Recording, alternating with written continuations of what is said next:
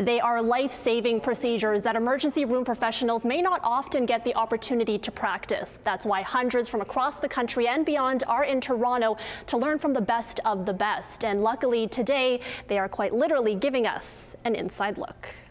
And we attract emergency medicine physicians, nurses, family physicians from across Canada into the United States, countries actually around the world. It's all part of an annual conference hosted by North York General Hospital, one of the largest of its kind. About 700 people have attended over 3 days from big cities to rural towns to learn the latest techniques and strategies in the ER. It's all about taking what you're learning and being able to put it into practice in your next shift. We were given multiple demonstrations, starting with Dr. Robin Schaefer, who took us through a resuscitative hysterotomy, an emergency procedure performed on a late-stage pregnant person in cardiac arrest. The procedure is done to save the life of the pregnant patient. By doing so, we then give the best chance of saving the fetus. Her uterus at or above the level of the belly button, with the umbilical cord and the placenta. Rare situations where we can't intubate from above, we have to cut the neck and provide gain access to the trachea through the anterior part of the neck.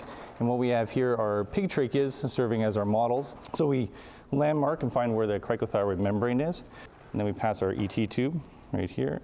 Bougie is actually securing the passage, and this is the E2 tube on top that's going to now slide over.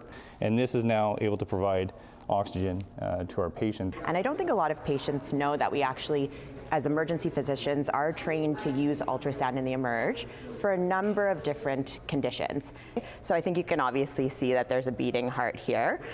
So if we're specifically looking at in a patient in the resuscitation room or somebody complaining of chest pain, we can look to see if there's what we call a pericardial effusion or fluid around the heart. Finally, I was able to get hands-on myself, learning how to do a fiber optic intubation with Dr. Jamie Blicker. It involves using a camera to guide a tube down through the mouth.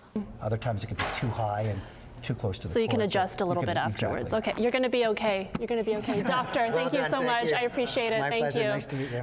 Not quite ready to don the white coat yet. Erica Natividad, City News.